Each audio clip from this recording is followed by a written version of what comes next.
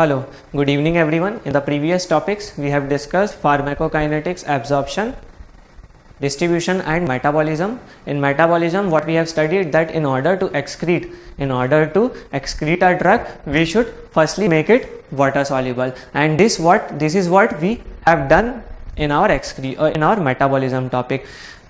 We used phase 1 और phase 2 reaction. हम लोग phase 1 और phase 2 रिएक्शन का बेसिकली क्या इस्तेमाल करते हैं ताकि जो हमारी ड्रग है वो वाटर सॉल्युबल हो जाए. और फेज 1 और फेज 2 रिएक्शंस को कैटालाइज कौन करते हैं? बेसिकली हमारे enzymes. Those are microsomal and non microsomal enzymes. और बेसिकली क्या होता है? Only microsomal enzymes are inhibited और इंड्यूस्ड. क्यों? क्योंकि these are present in the endoplasmic reticulum and helps in the protein synthesis. So basically क्या होता है? ड्रग और केमिकल्स जो रहते हैं वो बेसिकली क्या करते हैं? अल्टर करते हैं और अफेक्ट करते हैं डीएनए को और इंक्रीज करते हैं synthesis of microsomal enzyme protein synthesis को. ओके. और इसकी वजह से क्या होता है? बेसिकली किसी भी ड्रग का ड्यूरेशन ऑफ एक्शन इंक्रीज होता है. कैसे? क्योंकि उसका मेटाबॉलिज्म जो रहता है वो कम हो जाता है और उसकी इंटेंसिटी भी कम होती है या बढ़ती है.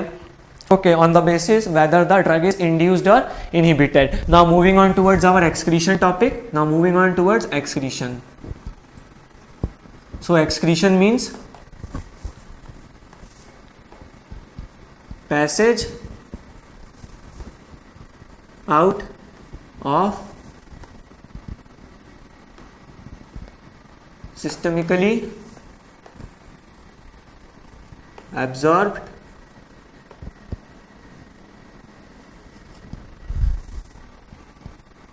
drug or its metabolite. Okay, so this is passage out of drug, whether its metabolite or the drug जो कि सिस्टमिकली क्या हो गई है?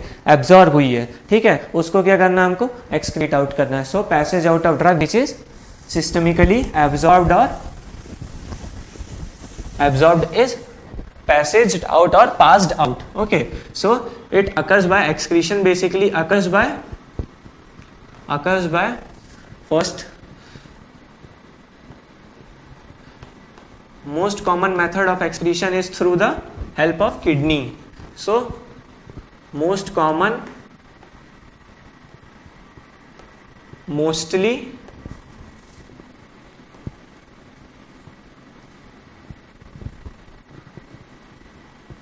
most of the drugs or most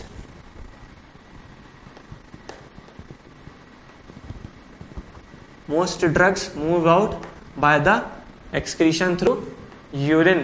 Okay, excretion through urine. Okay, so with the help of kidney क्या होता है? Urine के थ्रू जो ड्रग्स रहती हैं वो एक्सक्रीट आउट हो जाती हैं. So it is most common and mostly the drugs prefer this root.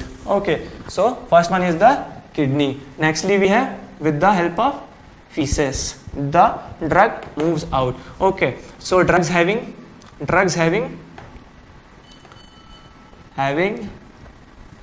high molecular weight, drugs having high molecular weight, and those drugs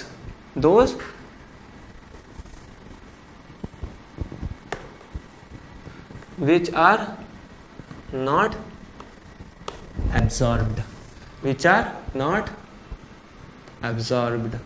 Okay, so they prefer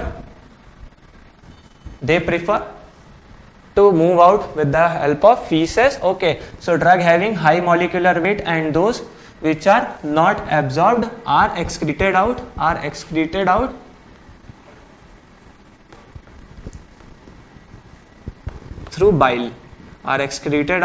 through bile, bile in feces.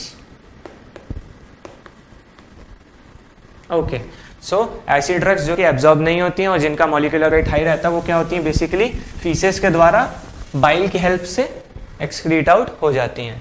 Okay, so this is nextly we have faeces. Third we have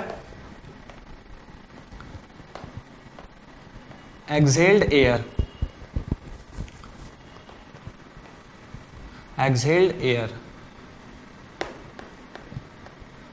Okay, so in exhaled air, volatile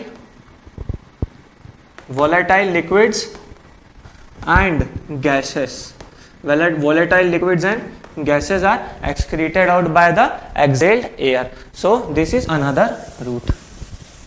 Nextly we have fourth one, that is sweat and saliva. Sweat and saliva. So it is of minor importance. It is of minor importance. That means this route is not preferred. Basically, which route is preferred? Kidney, then feces. Okay. This route is minorly preferred. And what all the drugs which are basically excreted out are examples are K, L, M.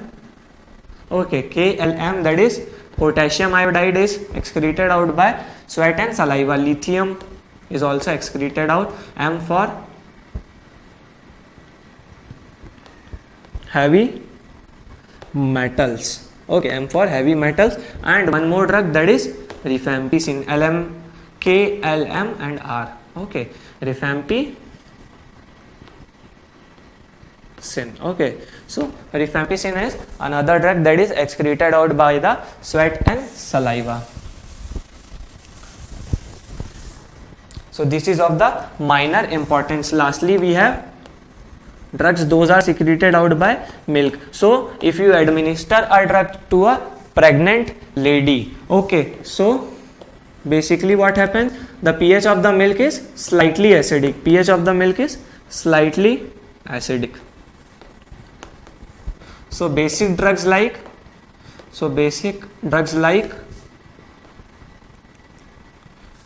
DCT,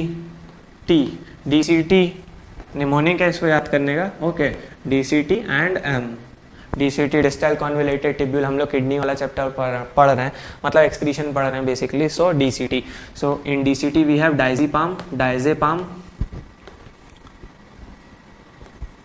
diazepam, chlorpromazine, we have tetracycline, and we have morphine. So these are basic drugs. So what happens that अगर जो हमारा milk है वो slightly acidic है और हमने क्या किया, बेसिक ड्रग को एडमिनिस्टर किया. So these drug basically what happens, they concentrate in the milk and get secreted out. Why? Because they become ionized. So they secreted out in the milk and it causes harmful effects to the baby also. So we should not give more basic drugs. Okay. So these all are the examples through which the excretion occurs. What are those? Kidney, feces, exhaled air, sweat and saliva, and lastly we have milk. Okay, now moving on towards the next topic, that is rate of excretion.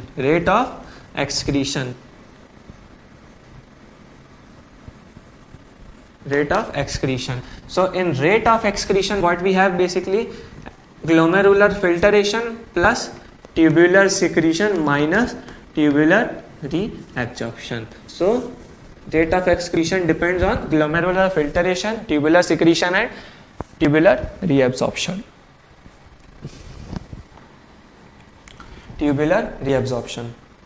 Okay, so what we have basically the rate of excretion. So these have glomerular filtration plus tubular secretion minus tubular reabsorption. So what happens? This is our nephron. Okay.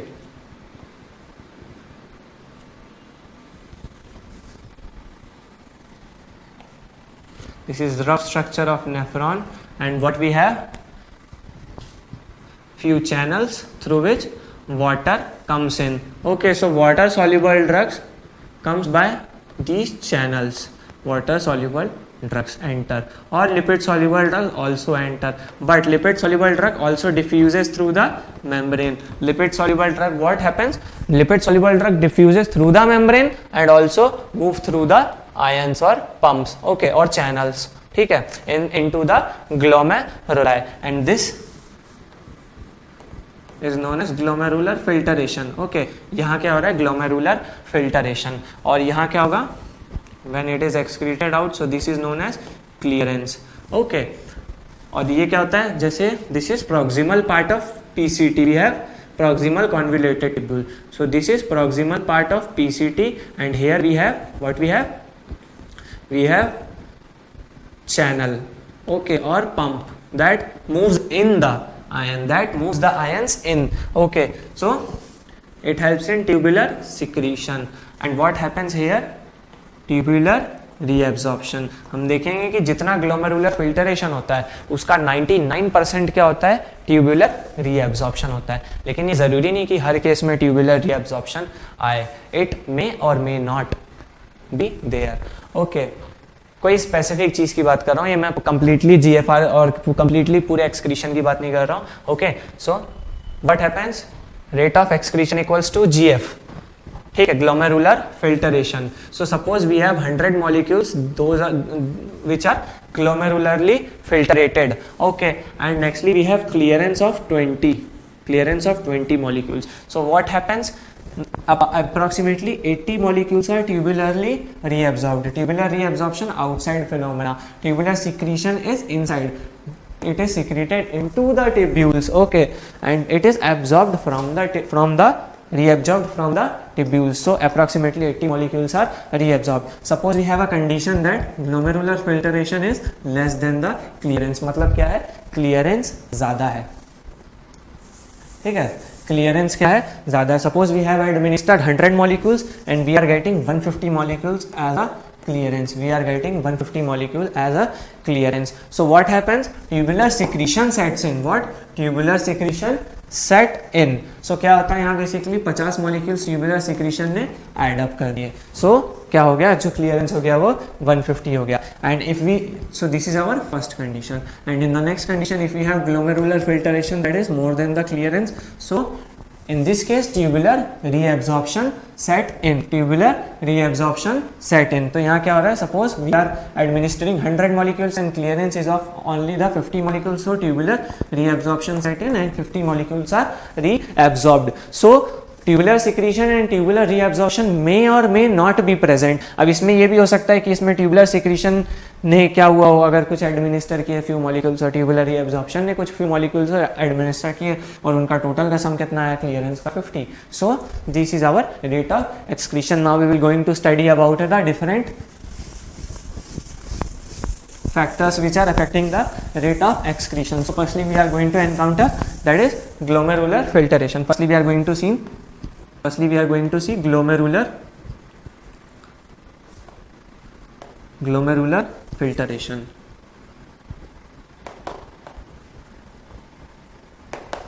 So lipid soluble drugs are easily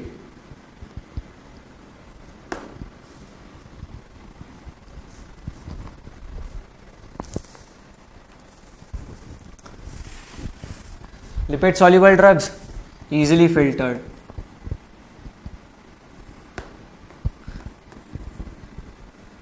Why? Because they crosses the membrane. पहले बात तो ये membrane को cross करके enter करेंगे और दूसरी बात ये फिल्टरेशन इनका इजीली रहेगा. उसके बाद नेक्स्टली क्या है, वाटर सॉल्युबल ड्रग्स जो रहती हैं वो उनका जो फिल्टरेशन रहता है वो डिफिकल्ट टू फिल्टर है ना, डिफिकल्टली फिल्टर्ड. नेक्स्टली ग्लोमेरुलर फिल्टरेशन जो रहता है वो डिपेंड करता है किसमें, प्लाज्मा प्रोटीन बाइंडिंग पे. More the plasma protein binding less will be the glomerular filtration and wise versa. Less will be the plasma protein binding and more will be the glomerular filtration. कभी भी अगर bond strong होगा तो companion को तोड़ने में दिक्कत होगी. ओके, सो उसका फिल्टरेशन नहीं हो पाएगा. ठीक है, सो this is glomerular filtration. Now normally what happens, the glomerular filtration rate, that is GFR, is approximately 125 ml per minute. 125 ml per minute. In hours it is 7.5 hours per 7.5 liter per hour. Okay, per hour, and it is 180 liter per day. 180 liter per day. 180 liter of the fluid is filtered by the nephrons per day. Okay, but what happens we will see in our further topic. Okay, so this is glomerular filtration. Now moving on towards the tubular reabsorption.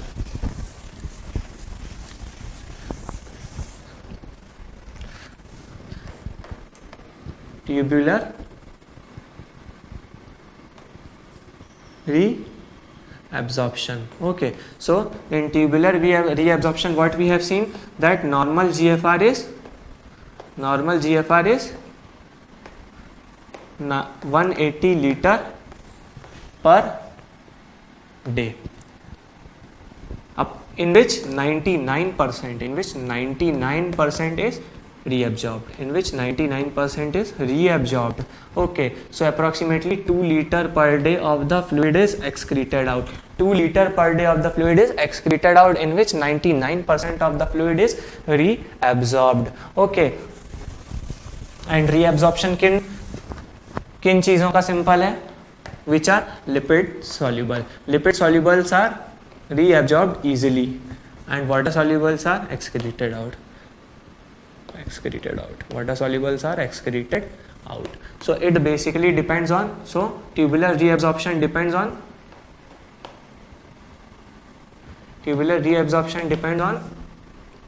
two factors, that is firstly the pH of the tubular fluid, and nextly of the degree of ionization. So pH of the tubular fluid, कि जो tubules हैं उनका pH क्या है. Suppose we are having a acidic pH of the tubules and some basic drugs moves through the tubule. So क्या होगा इस case में, जो tubules होंगे, सॉरी जो अपने ड्रग होगी वो कैसी हो जाएगी, it will become ionized, and if it will become ionized then it will lessly reabsorbed. Why? Because ionized or water soluble drugs are excreted out and they are not absorbed. So in the next case, suppose we have acidic pH and acidic drug moves, so it will become lipid, it will remain lipid soluble, it will not get ionized, so it will reabsorbed easily and there will be tubular reabsorption. So it basically depends on firstly the pH of the tubular fluid, nextly on the degree of ionization. If ionized drug moves. Okay, so पूरा concept हो गया. ठीक है, nextly क्या होता है कि जो ट्यूबुलर रीएब्जॉर्प्शन में हमने देखा कि 99% of the fluid is reabsorbed. अब इसकी हेल्प से हम लोग क्या कर सकते हैं, कि बेसिकली क्या होता है, suppose a person is having aspirin poisoning. Okay, aspirin poisoning और एसिडिक ड्रग पॉइजनिंग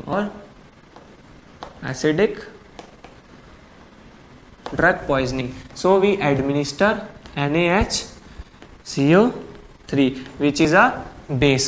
तो क्या होगा, बेसिकली जो मीडियम होगा वो कैसा हो जाएगा, बेसिक हो जाएगा. पॉइजनिंग किसकी है, एसिड की है. तो एसिड और बेस आयोनाइजेबल और polar, and polars are excreted out. ठीक है, सो इसको क्या कहेंगे हम लोग, this is forced alkali diuresis.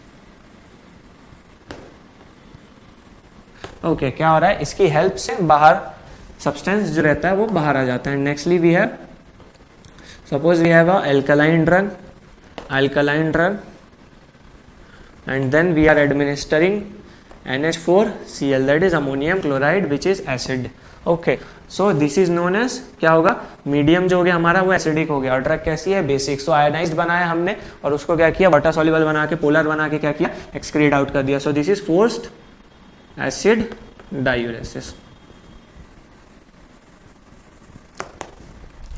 Okay, so this is our tubular reabsorption.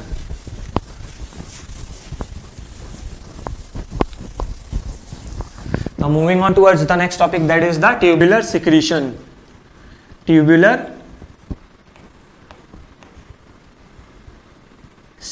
So what is happening out, that in the proximal, it is present in the few pumps are present in the proximal part of tubule, proximal convoluted tubules.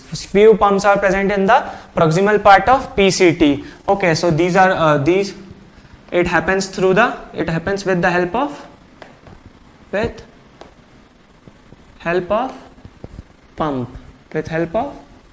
pump. अब इस pump की खासियत क्या है कि it is saturable. Only one drug moves at a time. Only one drug moves at a time. Okay, so ये क्या हो गया? Tubular secretion. और ये होता क्या इसमें?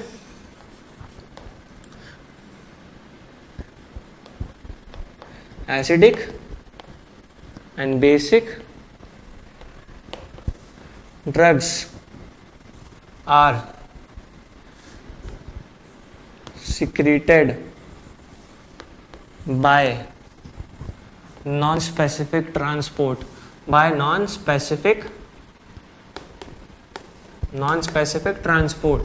ये कोई स्पेसिफिक ट्रांसपोर्ट नहीं होता कि सिर्फ एसिड जाएगा या बेसिक जाएगा. ठीक है, नॉन स्पेसिफिक ट्रांसपोर्ट. ठीक है, नॉन स्पेसिफिक ट्रांसपोर्ट रहता है जिसमें कि एक तो प्रेजेंट रहते हैं एक OAT और एक OCT. ये क्या होते हैं? ट्रांसपोर्टर्स रहते हैं जो कि प्रेजेंट रहते हैं. सो OAT is organic acid transporter. Okay, and क्या रहता है? Organic anion transporter and organic cation transporter. So these are basically the transporter which transport anion and cation. Okay, ठीक है. और ये जो ट्यूबुलर सिक्रीशन रहता है और जो ट्यूबुलर रीअब्जॉर्प्शन रहता है. So tubular reabsorption is a passive process. It is passive process. And tubular secretion is an active process. This is active process. It happens across the pump. It is happening across the pump, which is saturable. Only one drug move at a time. Basic and acidic drugs move with the help of non-saturation or non-specific transporters. These are OAT and OCT. That is organic anion transporter and organic cation transporter. Protein that's some. ठीक है, pump ये रहा हमारा. ठीक है, ये drug आई. ठीक है, और ड्रग ने क्रॉस किया और क्या हुआ? वो एक्सक्रीट आउट हो जाता है ना, हेल्प करता है. हमने देखा था प्रॉक्सिमल पार्ट ऑफ PCT में प्रेजेंट रहते हैं जो भी. ठीक है, अब इसके बेनिफिट क्या है? ट्यूबुलर सिक्रीशन का अगर हम लोग यूज लेंगे या हेल्प लेंगे तो उससे क्या होता है?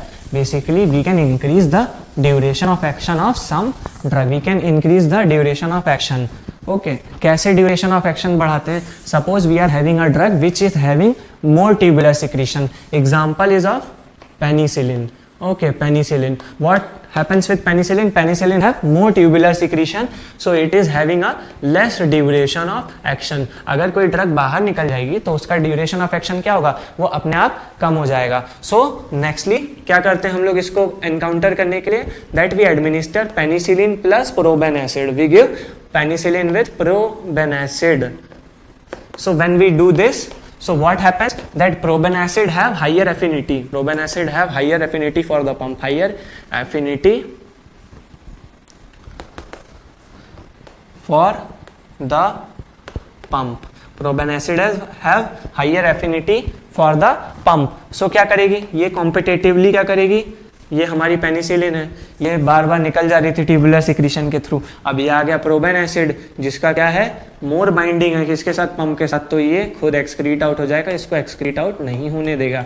सो अगर ये एक्सक्रीट आउट नहीं होगी सो क्या होगा? इसका जो ड्यूरेशन रहेगा वो इंक्रीज हो जाएगा. Its duration of action will increase. So this is the help of tubular secretion. Okay, so ये रहता है ट्यूबुलर सिक्रीशन को अगर हम लोग यूज करें कैसे? In order to increase the duration of action. Okay,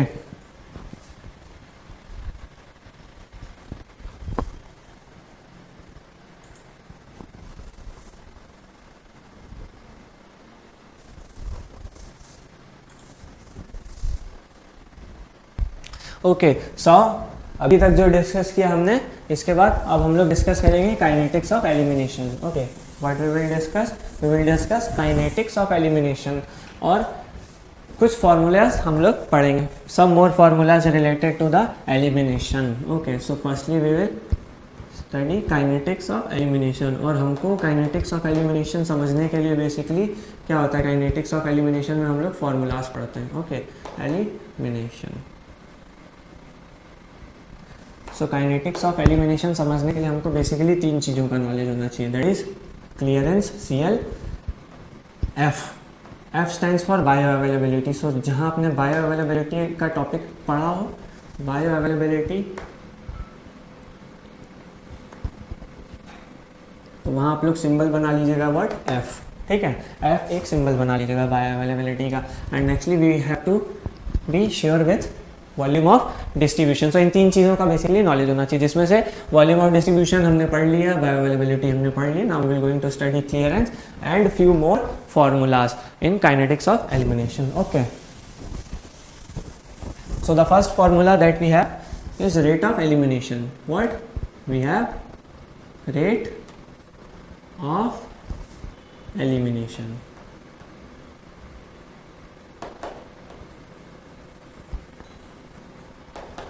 So it is amount of drug eliminated in unit time. Eliminated in unit time. In unit time. Amount of drug eliminated in amount of drug eliminated per unit time. Amount of drug eliminated per unit time. अब देखिए क्या होता है, time के साथ drug जो रहती है, किसी भी ड्रग का जो वो रिएक्शन रहता है, या जो अपना कहें हम लोग बेसिकली जो काइनेटिक्स ऑर्डर रहता है, वो कैसा रहता है, 0 ऑर्डर. सो कोई भी ड्रग जो रहती है वो कंप्लीटली एक्सक्रीट आउट नहीं होती है. It is not excreted out completely. Okay, so elimination जो हुआ वो क्या हो गया, एक इनकम्प्लीट पैरामीटर हो गया. क्यों? क्योंकि जो ड्रग है वो कंप्लीटली बाहर निकलेगी ही नहीं, तो इसका हम लोग ये कोई कंप्लीट पैरामीटर नहीं है, hence it is incomplete parameter. ठीक है, क्योंकि जो ड्रग है वो कंप्लीटली एलिमिनेट ही नहीं हो रही है बॉडी में से. सो amount of drug per unit time. So it is rate of elimination and it is given by symbol R. It is shown by symbol R. Now actually we have clearance. Okay, CL, that is clearance. So it is apparent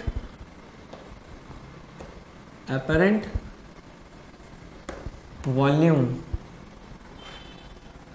of plasma from which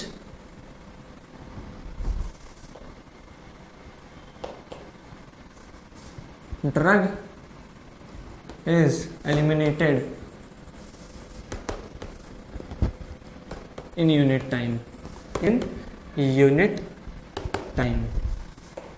Okay, and its formula is clearance equals to rate by plasma concentration. Clearance equals to rate by plasma concentration. So it is basically the apparent की जगह theoretical लिख लीजिए, theoretical. Okay, so it is basically what? It is theoretical value of plasma. It is theoretical value of plasma from which, जिसमें से क्या हो रहा है, जो ड्रग है हमारी एलिमिनेट हो रही है टाइम के बीतने पे. Okay, so clearance of, this is clearance. CL equals to rate by plasma concentration.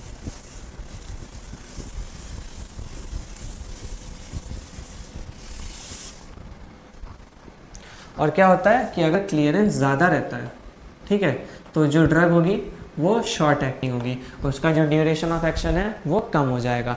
ठीक है, ऐसा क्यों? अगर एक्सक्रीशन ज़्यादा होगा तो क्या होगी, जो ड्रग होगी वो कंसंट्रेशन में, प्लाज्मा में जो कंसंट्रेशन है उसका वो कम होगा.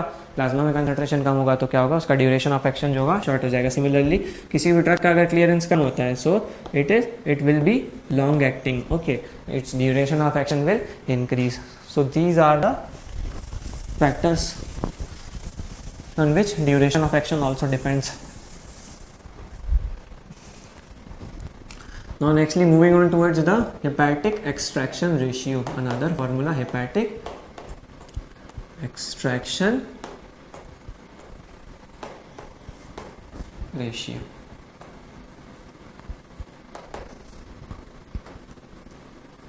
Okay, so basically what happens,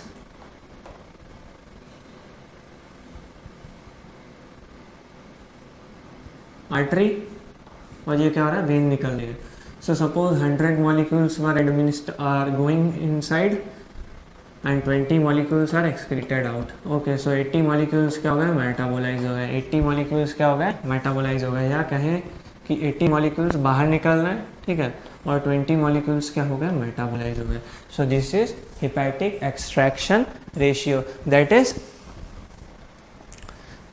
इसको डिनोट कैसे करते हैं, ER equals to CV minus CA minus CV. Okay, CA minus CV upon CA. तो ये क्या हो गया, CA क्या होता है, concentration of drug entering through arteries. Concentration of drug entering through the arteries is CA, और CV is concentration of drug leaving through vein. ठीक है, leaving through the vein. Concentration of drug entering the liver through arteries, और concentration of drug leaving the arteries through the leaving the liver through the vein. ठीक है, so this is ER. Hepatic extraction ratio is shown by ER, that is CA minus CV by CA. It is also denoted by ER equals to amount of drug extracted. Okay, so क्या हुआ कि अगर CA minus CV, सो मतलब कितना extract हुआ, ठीक है. So amount of drug extracted upon amount of drug entering, amount of drug entering. So क्या होता है, जो लिवर में मेटाबॉलिज्म होता है तो उसमें जो कुछ अमाउंट रहता है वो एक्सट्रैक्ट आउट हो जाता है, और यही जो एक्सट्रैक्शन आउट वाला जो अमाउंट है, इसी को क्या कहते हैं, फर्स्ट पास मेटाबोलाइट कहते हैं. और क्या कहते हैं, first pass metabolism. Okay, so before, okay, so when drug moves into the liver for metabolism, so few amount of drug is extracted out in the course of metabolism. So few amount of drug before reaching the systemic circulation is extracted out in the liver through the metabolism. So this extracted amount of drug is known as first pass metabolite, and it happens with the first pass metabolism or pre-systemic metabolism. ये पढ़ा है हमने, pre-systemic metabolism और first pass effect. और basically क्या होता है इन सब चीज़ों में कि जो जैसे मान लीजिए किसी भी ड्रग है, कोई भी ड्रग है, उसका हेपेटिक एक्सट्रैक्शन रेशियो ज़्यादा है. सो सपोज क्या हुआ, अगर यहाँ 40 मॉलिक्यूल्स ही एक्सक्रीट हो रहा है, तो क्या हुआ, इसका मतलब क्या हुआ कि पहले में 20 मॉलिक्यूल्स हो रहे थे, अभी क्या हो रहा है, 40 हो रहा है. सो उस ड्रग का क्या है, हेपेटिक एक्सट्रैक्शन रेशियो ज़्यादा है. सो यहाँ क्या हो रहा है बेसिकली कि पहले 80 मॉलिक्यूल्स हो रहे थे एक्सक्रीट आउट, ठीक है, अभी कितने हो रहे हैं, 40 हो रहे हैं, ठीक है. सो 40 हो रहे हैं, मतलब क्या हो रहा है कि 60 जो मॉलिक्यूल्स हैं वो एक्सट्रैक्ट आउट हो गए by the liver before reaching the systemic circulation. So this is first pass metabolism, pre systemic metabolism और first pass effect. So if a drug having high hepatic extraction ratio मतलब क्या है कि it is having high first pass metabolism. And what are the attributes of first pass metabolism. So nextly we will have attributes of first pass metabolism. So basically it alter the dose, ठीक है. फिर bioavailability, okay. So क्या होता है basically, कि जो doses है, ठीक है, वो एट्रीब्यूट है एक इसका फर्स्ट पास मेटाबॉलिज्म को. कि क्या होता है इसमें कि जो ये तो याद करने का तरीका है, ठीक है, ये याद करने का तरीका है कि डोज के बारे में है, उसके डोज के बारे में, उसकी बायोअवेलेबिलिटी के बारे में थर्ड पॉइंट, और फोर्थ पॉइंट भी उसकी बायोअवेलेबिलिटी के बारे में, फिफ्थ पॉइंट क्या है उसका एग्जांपल है. सो ओरल डोज जो है उसका एडमिनिस्ट्रेशन क्या होता है, ज़्यादा रहता है. किससे? सबलिंगुअल के. ओके, उसका डोजेज जो है वो सबलिंगुअल के कंपेरिजन में ज़्यादा रहता है, और आईवी के कंपैरिजन में भी जो ओरल डोजेज है वो ज़्यादा रहता है, ठीक है, सबलिंगुअल और आईवी के कंपैरिजन में. Okay, now nextly we have dose. So individual variation of dose, individual dose variation is present because of individual dose variation is present because of the first pass metabolism. कि suppose कोई ऐसा individual है जिसके जो specific drug है, particular drug अगर हमने दो इंडिविजुअल्स को दी, उसमें से क्या हुआ, एक इंडिविजुअल का जो हेपेटिक एक्सट्रैक्शन रेशियो है वो ज़्यादा है, and suppose another patient is having a liver disease who is not able to excrete or who is not able to metabolize that particular amount of drug, or not able to or his liver is not able to extract that particular amount of drug. So what happens, he will have the toxicity at particular dosage. So there is individual variation. So nextly, increased bioavailability increases with the liver disease. Why? Because first pass metabolism is affected. So the amount of drug that is extracted in the normal individual is different to that individual having the liver disease, which is less amount of drug is extracted out. So it will contribute towards the bioavailability. Nextly, it also, next, two drugs competing for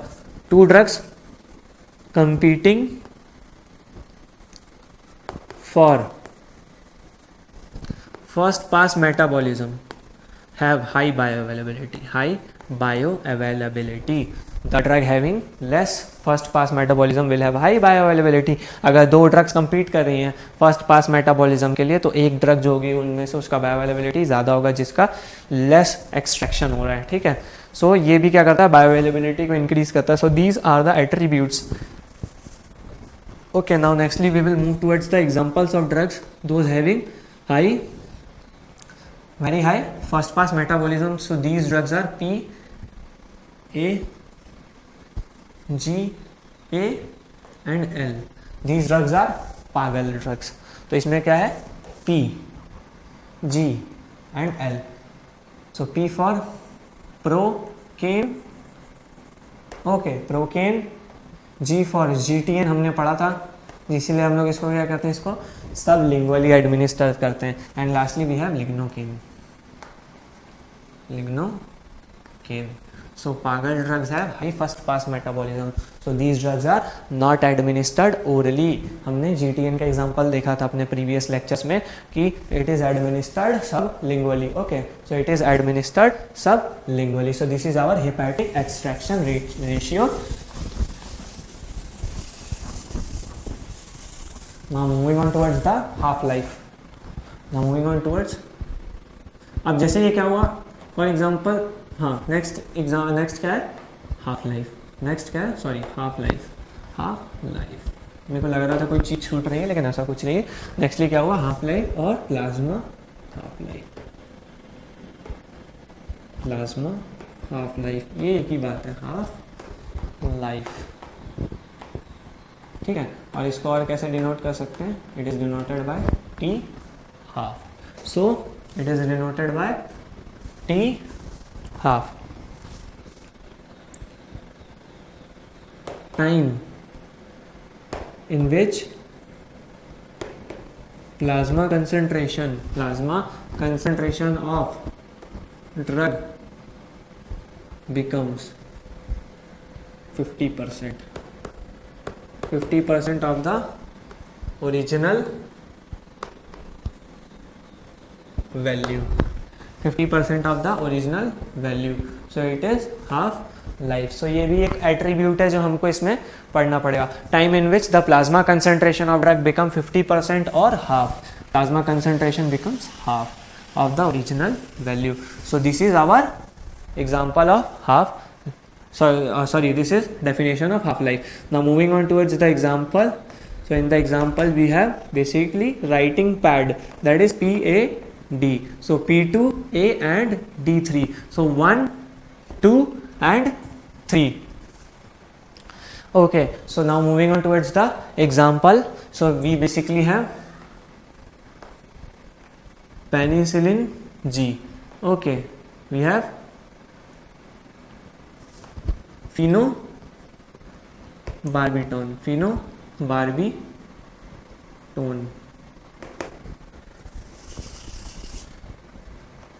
PA and D3. We have aspirin,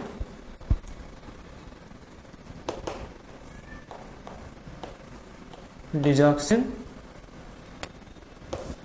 digitoxin and doxycycline.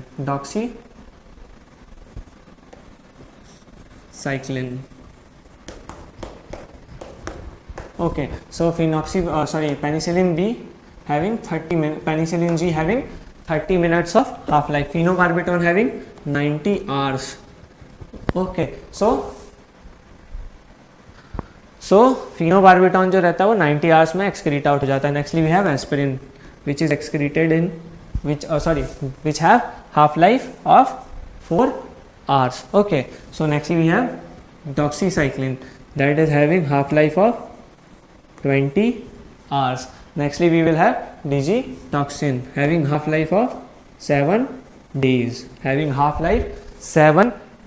क्या होती है इसकी half life? 7 days.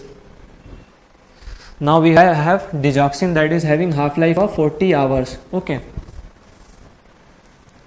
so these are basically the examples, that is penicillin G having 30 minutes.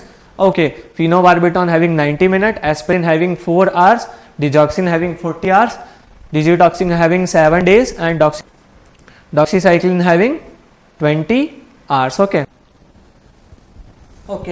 so these are the examples. Okay, so what is half life? That is, it is the time in which the plasma concentration of drug becomes half of the original volume that is administered, half or 50%. Okay, so its examples are PAD, A, 1, 2 and 3. Okay, so P for penicillin G, that is having 30 minute half life. Okay, phenobarbital having 90 hours of half life, aspirin having 4 hours, digoxin having 40 hours and digitoxin having 7 days of half life and doxycycline having the 20 hours of half life. Okay, so these are the few examples of half life. Now the T half is directly proportional to the volume of distribution and T half is inversely proportional to the clearance. तो अगर clearance ज़्यादा होगा तो जो, अब देखिए normal सी बात है, डिस्ट्रीब्यूशन ज़्यादा होगा तो जो हाफ लाइफ होगी वो भी जल्दी होगी, ठीक है. और क्लियरेंस अगर ज़्यादा होगा तो हाफ लाइफ, जैसे टी हाफ अगर बढ़ेगा तो जो क्लियरेंस होगा वो क्या होगा? कम होगा. टी हाफ बढ़ेगा तो क्लियरेंस कम होगा. सेम अगर टी हाफ इंक्रीज होगा तो वॉल्यूम ऑफ डिस्ट्रीब्यूशन जो होगा वो बढ़ेगा. Okay, so T half is directly proportional to the volume of distribution and inversely proportional to the clearance. Now moving on, so T half is directly proportional to the VD by CL, VD by clearance. So in order to place a constant, we can write T half is equals to 0.693 VD by CL. So this is our first formula. that we have for the t half. Nextly we have t half equals to log 2 by k, log 2 by k. So this is our another formula, second formula.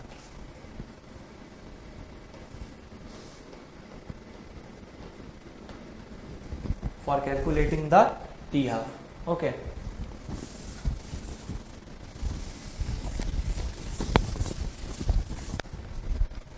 जो T half रहता है, nextly जो T half रहता है, T half for most of the drug is constant. T half for most of the drug is constant. T half for most of the drug is constant. So suppose we administer 100 molecules of the drug having t half. Okay, so it will converted into 50 in the next t half, it is 25 in the next t half, it will become 12.5, and in the next t half it will become 6.25. and in order to eliminate, और जैसे अगर बात करें कि approximately 4 से 5 T half के बाद जो पर्टिकुलर ड्रग है वो कम्प्लीटली एलिमिनेट हो जाती है, लेकिन फिर भी वो कम्प्लीटली एलिमिनेट नहीं होती. इसीलिए जो हमारा आर है, that is rate of elimination, is an incomplete identity, incomplete parameter. लेकिन जो क्लियरेंस रहता है, ये एक पॉइंट इंक्लूड कर लीजिएगा क्लियरेंस वाले टॉपिक में, दैट जो क्लियरेंस रहता है वो क्या होता है, C for clear and C for complete. Clearance जो रहता है वो कैसा रहता है, हमारा कंप्लीट पैरामीटर रहता है क्लियरेंस. ओके, सो क्या हुआ अभी, बेसिकली हमने एडमिनिस्टर किया 100 मॉलिक्यूल, जो कि टी हाफ के बाद क्या हुए 50 हुए, उसके अगले हाफ में क्या हुआ, वो 25 हो गया, अगले हाफ में 12.5 हो गया, और अगले हाफ में 6.25 हो गया. सो क्या हुआ कि जो टी हाफ है वो क्या है, basically most of the drugs का जो टी हाफ रहता है मोस्टली क्या रहता है, मोस्टली क्या रहता है, कॉमन रहता है. मोस्टली जो टी हाफ रहता है वो ड्रग्स का पर्टिकुलरली क्या होता है, वो कॉमन रहता है. सो अगर क्वेश्चन है, suppose we are having a question that T half of a drug is 8, T half of a drug is 8 hours. Okay, t half of our drug is 8 hours, and so how much drug remain after day, after a day. तो एक दिन में कितना time रहता है, एक दिन में अप्रोक्सीमेटली क्या रहता है, 24 घंटे रहते हैं. एक दिन में क्या रहता है, अप्रोक्सीमेटली 24 घंटे रहते हैं. ओके, सॉरी, सो एक दिन में बेसिकली क्या रहते हैं, 24 घंटे रहते हैं. सो टी हाफ कितना हुआ, टी हाफ कितना दे के रखा है, 8 आवर्स दे के रखा है, और 24 घंटे में क्या होगा, सो 8 + 8 + 8. ठीक है, तो कितने टी हाफ आ रहे हैं इसमें, 24 एक दिन के लिए. सो 1 2 3 third T half.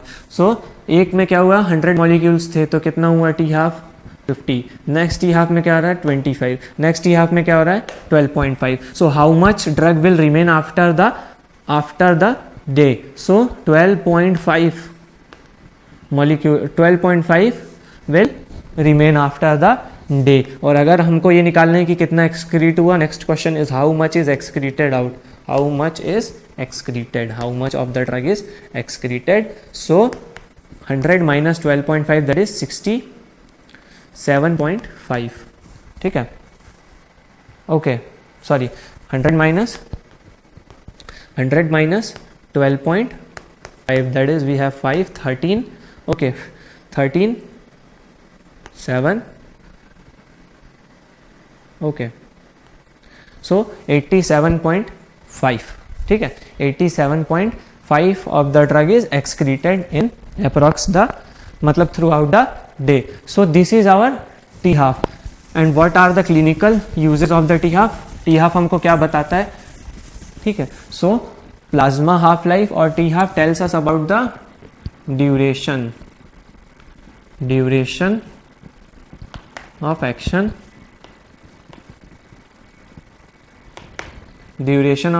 it will tells us in how much time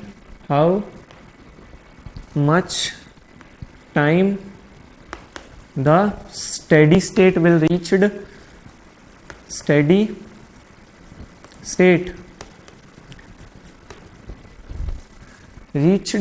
अब स्टेडी स्टेट क्या होता है, कि जैसे हम लोग सपोज ड्रग को एडमिनिस्टर करते हैं, सो वो क्या होगी, एक्यूमुलेट होती जाएगी, एक्यूमुलेट होती जाएगी, एक्यूमुलेट होती जाएगी, कब तक, जब तक रेट ऑफ एक्सक्रीशन और रेट ऑफ एलिमिनेशन और रेट ऑफ एडमिनिस्ट्रेशन क्या हो, इक्वल ना हो जाए। और स्टेडी स्टेट वो स्टेट होता है जिसमें रेट ऑफ एलिमिनेशन और रेट ऑफ एडमिनिस्ट्रेशन क्या होता है, इक्वल हो जाता है।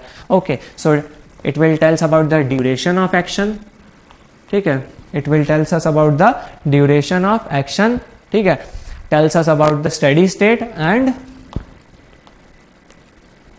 Dosing interval, dosing interval, that is the frequency of administration, कितना फ्रीक्वेंटली हमको ड्रग एडमिनिस्टर करना है, कितना फ्रीक्वेंटली नहीं करना है, कितना डोजेज करना है, सॉरी ड्यूरेशन ऑफ एक्शन बताएगा, ठीक है।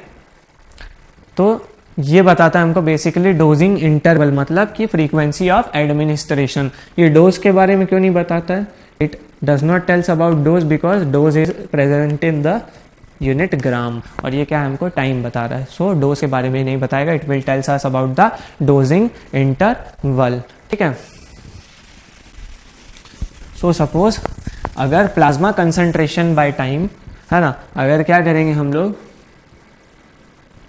ठीक है, अगर प्लाज्मा कंसंट्रेशन बाय टाइम का अगर हम लोग ग्राफ प्लॉट करेंगे for a drug which is, जिसको हम लोग क्या कर रहे हैं, सिंगल आईवी एडमिनिस्ट्रेशन कर रहे हैं, सिंगल आईवी एडमिनिस्ट्रेशन कर रहे हैं इन ड्रग